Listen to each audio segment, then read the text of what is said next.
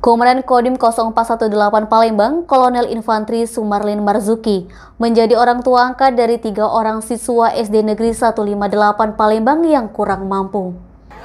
Ketiga siswa tersebut yakni Ananda Rizky, kelas 5, Ananda Akbar, kelas 5, dan Selvia, kelas 4 SD Negeri 158 Palembang, bertempat di Kompleks YIN Jalan Rawajaya, Kecamatan Kemuning, Kota Palembang.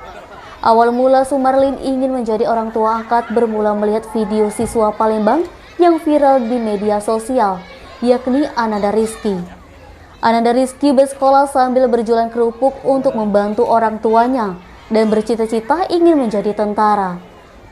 Oleh karena itu, Kolonel Sumarlin Marzuki tersentuh untuk menjadikan anak angkatnya. Kehadirannya ke sekolah itu karena tersentuh ketika melihat video viralnya Rizky, siswa yang berjualan kerupuk untuk membantu orang tuanya. Sumarlin menegaskan keinginan menjadi orang tua angkat ialah kemauan pribadi yang bertujuan untuk mewujudkan cita-cita anak bangsa. Nabang, Sumek.co melaporkan.